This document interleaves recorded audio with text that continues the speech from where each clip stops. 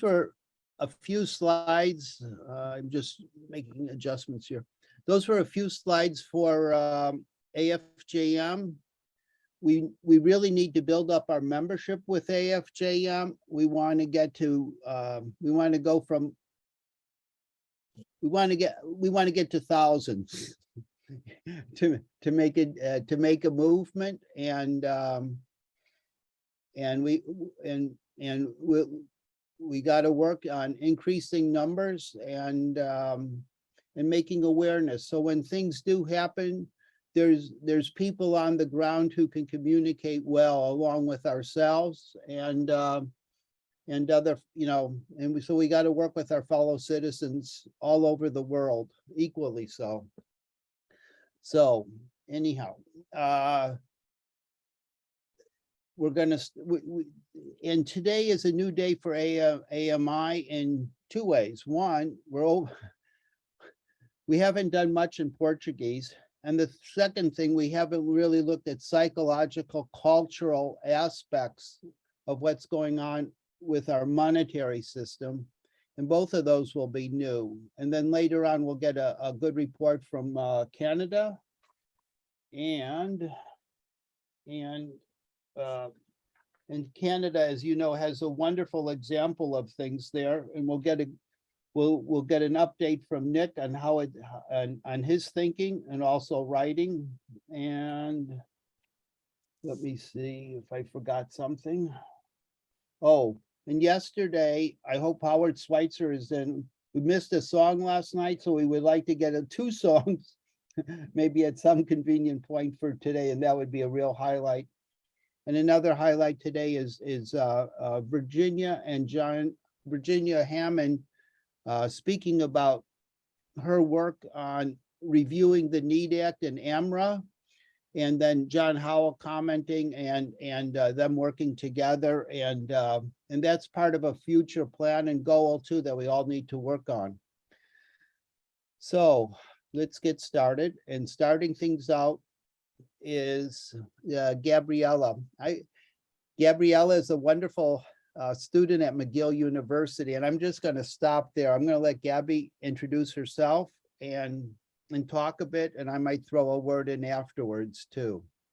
So Gabby, please say hello to us, and we're grateful too. So hi, I'm Gabriela. I'm currently a student at McGill University in Montreal, in Canada. I'm studying linguistics, and so this past summer I worked on translating a couple articles for AMI into Portuguese, with, I guess, the hopes of kind of getting monetary reform into Portuguese speaking countries, primarily Brazil, maybe Portugal. I really didn't know much about monetary reform before starting this project. And it was really interesting and exciting. I was very excited to work on this. And the more that I was like working on the translations and like reading about it as I was doing the work, the more I was, I guess, getting to know what monetary reform is all about, and discovering like how important it really is. So I was very excited about getting to be a part of this in some way. And yeah, it was great to have as well the experience of doing translation work, since that is something that I'm considering in the future with my linguistic studies. Yeah. So Gabby, when you did a little bit of research then, and what works with social media in Brazil today, and what did you discover there? Yes, so while I was there this summer, I also I talked to my cousins, trying to figure out what would be the best way to get this out. So in terms of social media, I guess what they use most is Facebook, um, as well as Instagram with like the younger generations. Um, but I guess Facebook is more like all over in terms of like age and stuff. So right now, we have it on your two pieces on the AMI website. Would that be, is that a good start? Is like, we can then just refer it to people and they can start reading, and then if people correspond back to us at the website, maybe we can start, a Facebook page or something of that order then. Yeah. And there's an AMI Facebook page, we could put it on.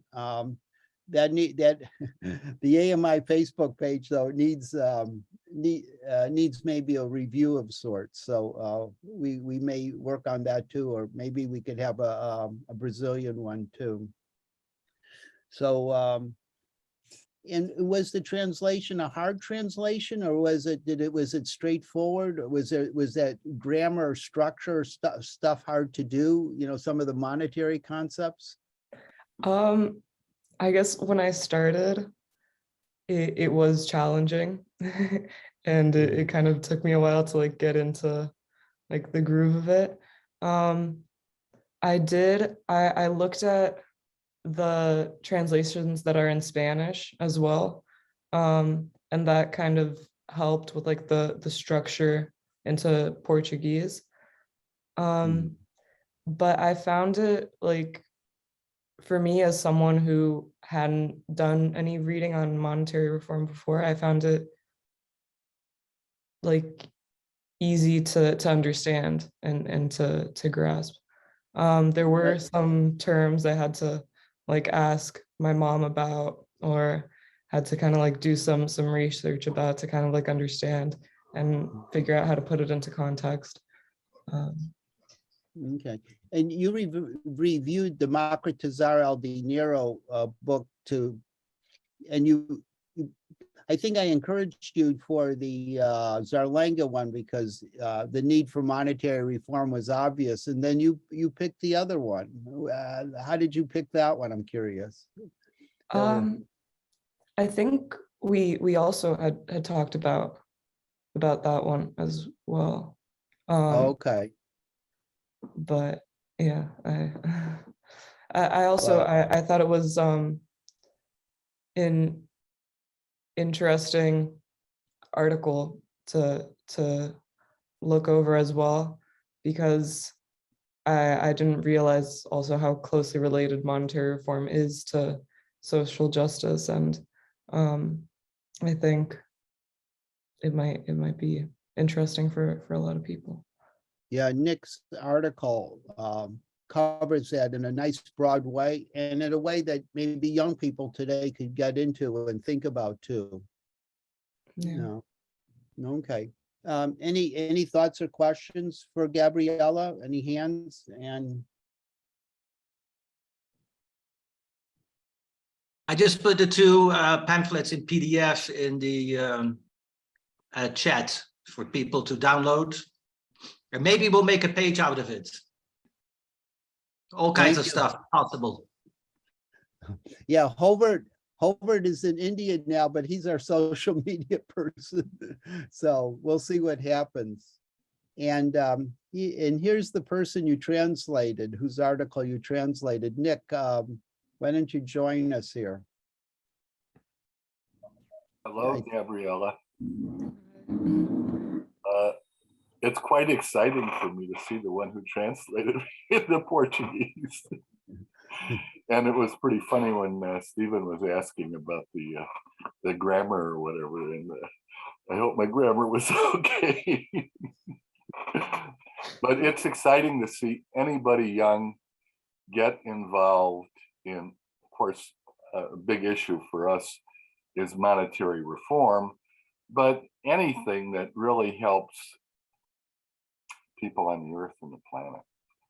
And I'm saying this for everybody who's watching you right now and will watch you in the future, that they greatly appreciate your involvement now. Thank you very much. Thank you. I hope to put some threads into her fabric to keep her close. So we'll see what can happen. I speak exactly one language, and that not very well. On the other hand, my wife is somewhat of a linguist. She speaks French and some Spanish and some Russian and some German. So you know what they did with her though, in when she was going to school, in grade school, they started them on French, and I think it was second or third grade, maybe first grade even. But they started them speaking French. So she's fluent in French, even though she hardly ever speaks it now or whatever it is. And with guys like me, when I went to school, it was in high school that they tried to cram this thing into my brain, which wasn't very accepting. So anyway, I do appreciate what you've done for us. Thank you. Thank you, Nick. And we got some quick questions here, John. Or Yeah, thanks very much. I really like this kind of reaching out through language. My question is, Gabriela, you mentioned you see a connection between social justice and monetary reform. And I'm interested to hear you speak more about how you perceive those are connected. Well, I guess most of it I learned through as I was reading and translating the article. It's really something I didn't know much about before. But I guess like I don't know, it's I guess especially like in countries like Brazil, I think it would really, help. Like there's a lot of lower income people, and I think that reforming the monetary system could really help out a lot of people. So does that mean you see monetary reform as a vehicle for essentially shift of wealth to people who need it? Yeah, that's what I guess I was learning doing I this think project. one of the ways we're doing it is the present system tends to accumulate money and have it all pass through the banking system, but we like it to pass through the government, and they could be thinking about jobs and good pay and set standards in that direction more so. Jobs for people rather than profits for bankers, maybe. Go ahead, Lucille. Hi, thank you. I would just add to that last answer, not just a shift to people who need it, but a shift to people who produce it in sustainable ways in relation to the gifts of creation. And our current, centuries-old money system does not do that. It takes from those people through the mechanism of the exchange monetary relations. Anyhow, that's not my question though. I apologize if you talked about this already. I thought we were starting at 9, so I missed your comments in the beginning. But I have a very close friend who's an anthropologist who's fluent in Portuguese, who her early parts of her career were in Brazil. And so my question is, are you, and she's close friends, so we've talked about money stuff a while. She's not working on it, but your work, your translations might help her, and she may be able to help get it out there to other people in the Portuguese speaking world. And my question is, are you going to stay involved in the actual work and relating to people in Brazil or Portuguese or you know, Angola, in more work in addition to translating? I think I'm still kind of figuring it out. I don't know. I'm still in school and studying and figuring out what I want to do. But I really did enjoy working on this, and I think I would like to stay involved. I would like to continue working with language, I think, primarily, but I think it's also just important work. And I think if I could stay involved in more of a, I guess, personal way as well. But Yeah. great. Yeah, thank you. Thank you. I just, you know, Sunday morning, your persona together with Steve and John before there, it's a gift of just the spirit that you embody on this Zoom screen. So thank you for being you. Thank you for being here, and look forward to whatever ways we work together. Thanks. Thank you. We'll have one last question and then we should go on, and it'll be a more international question coming from Franz, good old Franz. So yes, Stephen, it is not only international. Of course, if you really start considering many basic issues, they are kind of general and international. But my question is this, and it is for Gabriela and also for John, who was talking about this a minute ago.